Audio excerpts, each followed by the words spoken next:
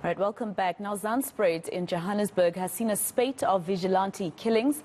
It also has a bad track record of a lack of service delivery as well as protests. So what's being done to improve conditions in this seemingly forgotten area? For more on this, we're joined by independent candidate councillor Enos Maake as well as DA candidate councillor Pule Wesi, who are here with me in studio. Let me start with you, Enos.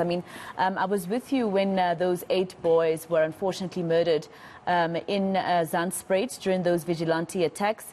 And a lot of the community members were talking about a lack of service in the area, crime in the area, etc. And at that time, you were referred to as a community leader. How do you find yourself being an independent candidate now? Exciting times, indeed. And then in terms of the conditions, it's deplorable conditions in Zandspruit. We have expansion of mushrooming squatter camps, lawlessness. It's at peak in Zandspruit. So there's no law in Zandspruit. There's no police visibility if I need to talk to issues of crime. So it is terrible indeed, and that incident of vigilante should have not happened. And it shows the negligence of government towards the people in Zandspruit. It's a number of issues that has made people to react in that way. It's a depression, actually, of some sort. It's a reaction, to the angers that people have in Zandspruit. So, yeah, as an independent, I'm here to ensure that we galvanize the community, unite community across all political colors. That's why I see myself as a unifying candidate, more than just being a candidate, a councillor. Tell me how you found yourself being a candidate for these local government elections. Was it the community that said, please go stand and represent us? What happened? Hey, thanks for that big question, because it's an exciting question. I was approached by members of the community, looking at the type of candidates that were going to represent the community, particularly from the ruling party. So the community there, even the organization there, is divided around the candidate, so they have no confidence in the other candidates. So having to work with some of these parties, different parties, and then I was approached not by only ordinary Zandspruit residents, by the majority of people who knocked on my door. So I registered you remember that time when ANC did not manage to register for some of their candidates. So when that window opened, and then I was given an opportunity by the community to say, look, from what we see there, you are the only credible candidate with integrity and proven track record that you can deliver in Zandspruit, because I was not interested in this. I wanted to remain a combatant, an activist, and that's what I saw myself being. I participated in Zandspruit without holding a position or any cap. So we've delivered electricity. We've created a big march in 2016.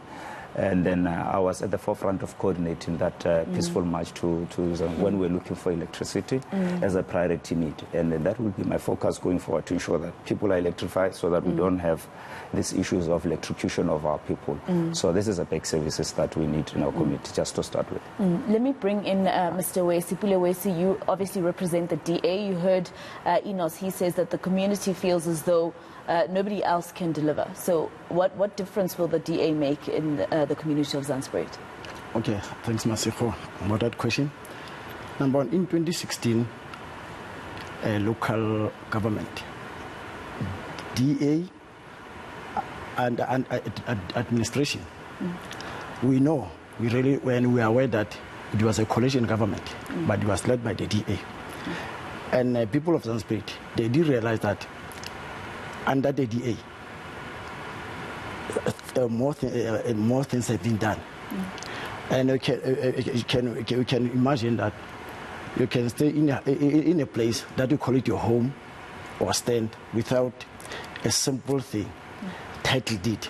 And if you don't have a title deed, it shows that place belongs to you. But in 2016, in 3.5 years, so the DA did make sure that is the only party that can deliver. And another thing, you can see that just our neighbors, Midval, where the DA governs, the DA gets things done. So in Zandspruit, there's no problem in Zandspruit. The problem of Zandspruit is that the ruling party or government is just degrading the people of Zandspruit. People of Zandspruit is a forgotten community.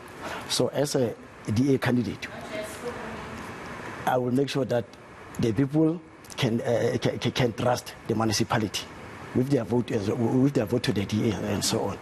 Because you can see that another thing, the people, when you go to the voting station, or even on the street, when you ask the people, are you going to vote? They say, no, we're not going to vote. What are we waiting for? What are we voting for? You can see that the people are hopeless.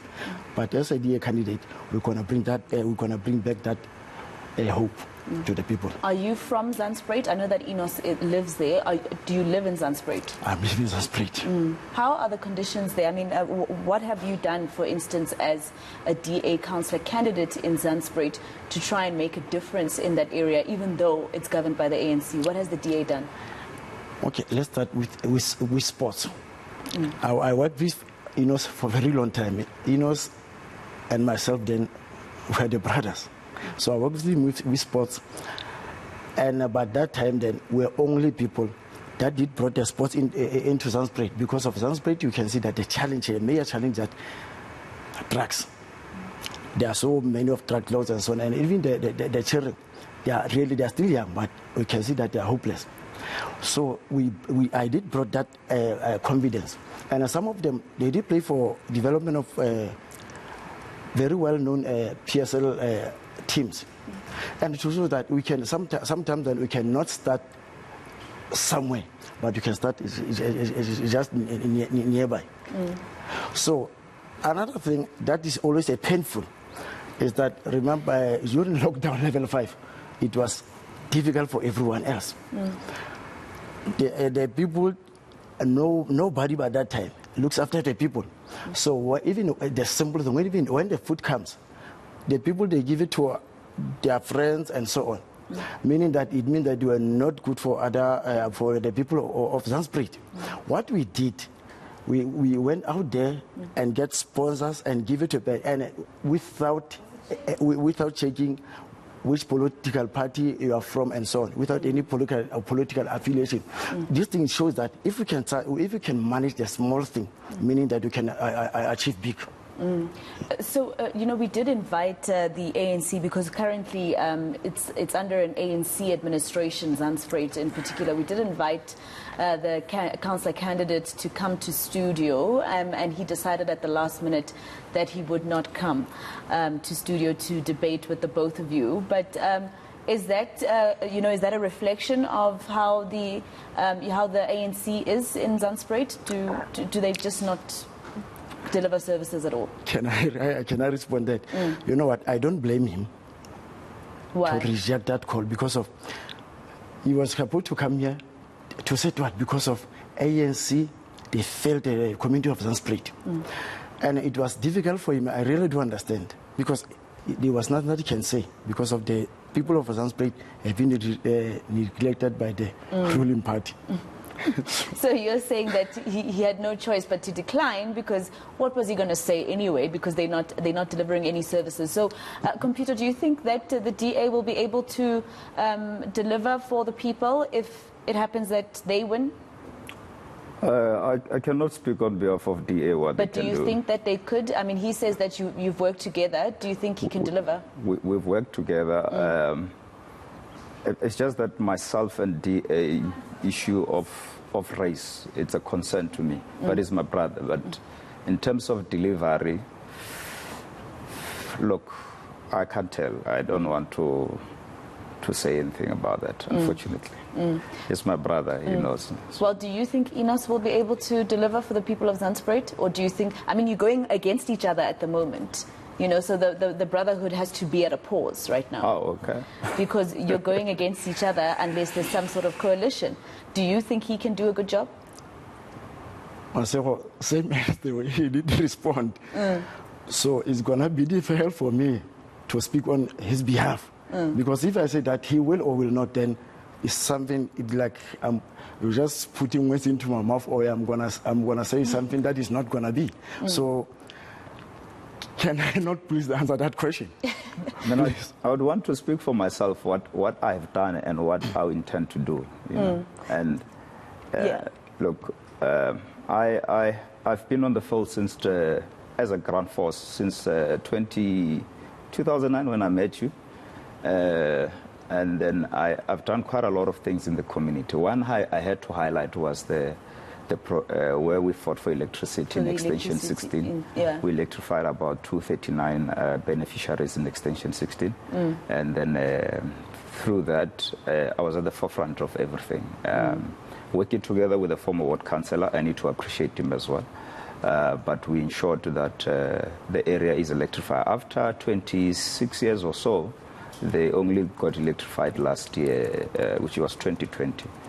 And then we intend as well to ensure that there is a program for service stands. And we want to ensure that that program benefits the original people of Zandspruit, those who have documents, those who are documented. So, and also what we intend to do, like I said, we need to bring a rule of law in Zandspruit. There's too much lawlessness. People are doing as they please. People are going around invading land as they please, auctioning the land on the internet, on what you call this internet. Is it bid or buy or OLX and countries? So it shows you that it has gone to an extent where community feels like they can just do as they please because there's no presence of government. I just want to go back to him very quickly before I have to wrap. You heard him say that some of the issues that he has with the DA in particular is the issue of race. So are you not worried that that's probably why, after so long, the community of Zandspruit has not given the DA a vote, because they are worried about that issue of race and the picture that they are given about the DA? Okay, Maseko, in terms of race to the DA, I was a member of DA for a very long time. Until today, I'm still a member of the DA. Something while you are not within the DA, you will think that DA is a racist party. I can tell you I was a member of one political party before I joined the DA, and the reason of winning the DA, I realized the policies. I went through the DA policies and so on. So while I was there, the people always it's what we have been taught. Say that when you see the DA, it's all about racist. So when we're outside, you will thought that, but when we're inside, you will realize that there's no racism within the DA. And I can tell you, I can prove this thing, because you can see that a DA, it gives everybody, everyone, a fair chance. So with the DA, fairness, it's a priority. So I'm totally 100% disagree. You did not give me an opportunity to respond on the candidate that have declined to come here. You want to respond to that? Because it's obvious that that person lacks capacity to articulate the issues of the community. He's a compromised candidate for the community to entrust. He knows himself. He's got no confidence in himself. And I'm happy the community also does not have confidence in him. So we are not surprised, because ANC always wants to put compromised candidates who's got a cloud. I mean, you can believe the very same candidate is staying in an invaded area where there's this auctioning of land and so on. So obviously, if he was here, I was going to challenge him on a lot of things. That's what that's why he did not want to pitch. That's what and we I were would ask him for. Yes, definitely. Unfortunately, councillor candidate for the DA in Zandspruit, David, declined when we asked him to come in. He had initially said yes, but later on in the evening yesterday, suddenly decided that he would not join these two gentlemen. And they're saying it's because he really doesn't have a track record and he won't be able to say what it is that the ANC has done in that community.